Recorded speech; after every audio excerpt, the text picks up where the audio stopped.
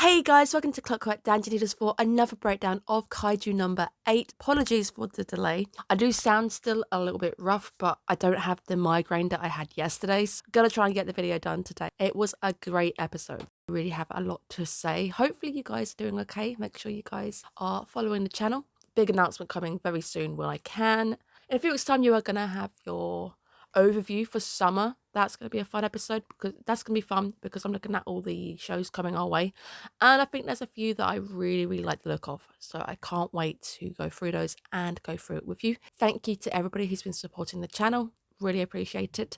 Let's just get straight to it. Let's talk about the first fight with my husbando and Kafka. The fight is absolutely awesome. I do really love the fact that they're giving Hoshino a purple glow. It really works, and I like the animation and motion on the first sequence because it all seems to be going down a road. So he's trying to chase him. They're doing a bit of the wall running. It's really cool, and I like the fact that the fight feels like it's got a direction, feels like it's got a motion. I really do like being able to just see how good Hoshino really is, and his fight style's very different with the two different blades. Really like it. I also like the fact that he can like charge up, and he even says that he's got like more stuff that he can do a bit later on. So I really just want to see this guy in action against something that isn't my boy Kafka, because that's painful. I was like, oh, I really want to see this. I'm really enjoying it, but I also felt really bad because it was against that boy Kafka. We do of course get to see Kafka using some of his abilities to heal, grow back limbs. We know what his regenerative abilities are. It was a bit weird seeing him later. He comes back to a human and he's still got some wounds. I guess he didn't want to make it too obvious that he had just suddenly healed up, because I think the team knew he had taken some damage. It was also quite sad because Kafka really didn't want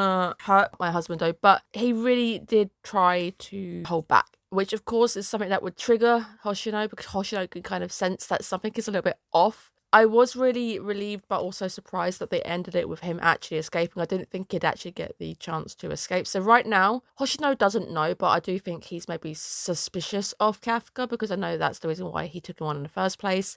There's also the reactions, the over-dramatic reactions that our boy Kafka does right at the end when he does see the boy fighting and realises that he's trying to kill him, even in shadow form. It's just these overreactions. He's gonna get really suspicious if you're suddenly freaking out. Normally people would be going, oh my god, you're really cool. The Shinomiya reaction to him returning was really nice, because it just felt like a proper dad's home. I'm happy. And the tsundere reaction at the end as well was quite nice. It's a nice bit of bouncingness. I don't want to say that Shiroki has a crush on him, but she could.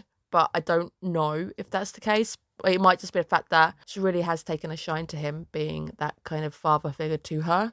I do, of course, like the use of chibi as well. It's just nice. It adds in that comedy aspect. The show does bounce comedy and serious quite nicely together. But I also like the fact that Kafka does, at the end, apologise for letting number 9 go.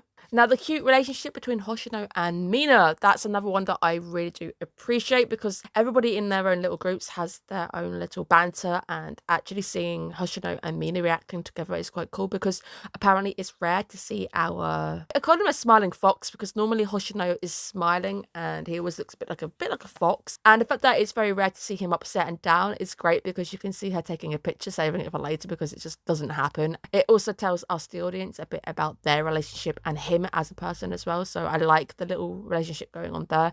I still kind of like him being her second number two as well anyway, so it's sad if Kafka is going to take that place at her side. Can we just have both of them at her sides, one at one side, one at the other? Now, the moment we have over the headset where they tell them that number 9 has actually got a human form, it really felt like the Attack on Titan moment when they all found out that there's such thing as a human shifter. They're actually going to be appearing as human. It felt like that moment. You can see the seriousness in even Mina's eyes, that there could be humans out there who are kaiju. And it's quite a big moment in the show, because obviously the secret is kind of out that the kaiju number 8 and 9 could also be humans. So the secret is out, but of course we don't exactly know who it is yet. So it's that moment where everyone on the team is kind of suspecting who it is. But I guess in Attack on Titan, nobody really knew. You had your suspicions who it was. And of course the Titans do kind of look like the people. But it is that moment, I think, in that show as well, where the reality hits that actually it could be a human being parading as a kaiju.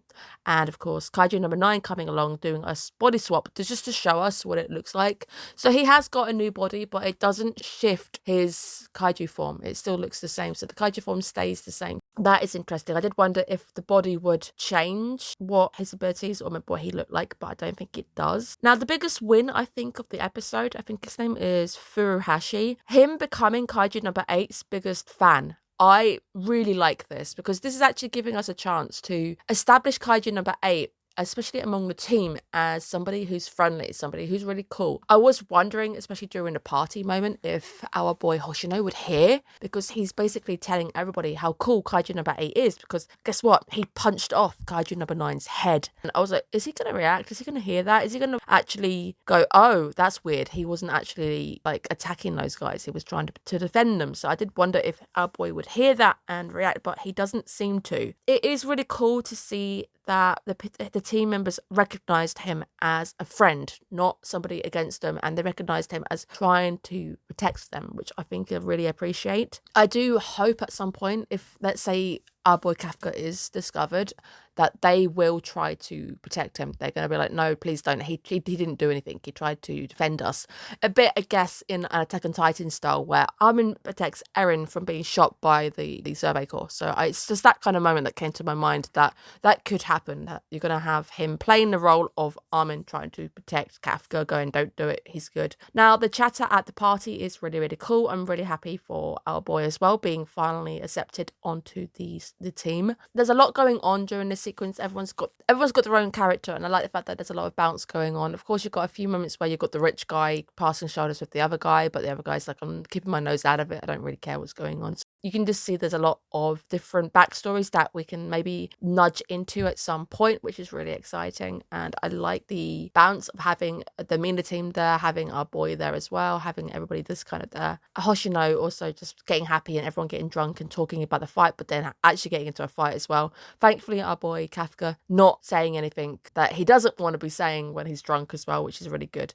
The Mina scene is very, very nice because you finally get a hint that she does remember the childhood, she remembers the promise, but she also recognizes how far away he is from standing on anywhere near her level. And I do wonder if he's ever going to be on that level in just his human form, because I don't think he can. I think he's going to have to bust out the kaiju at some point to stand near her. She definitely wants to neutralize all of them, so I don't know if she's ever going to warm up to the idea of him being a kaiju, because she's going to think that he betrayed her as a kid. Maybe he was always a kaiju kind of thing. The Hoshino fight scene right at the end where he's practicing is absolutely awesome. I really do like the animation on him. The way that his blades move, the way that he kind of charges them up is really, really cool. Seeing him blaming himself for letting Kaiju number 8 is something that you know is going to stick with him. It's going to actually allow him to get stronger. It's going to act as motivation for him to try and kill number 8 when he next sees him. There's not going to be a next time. If he sees number 8 is dead.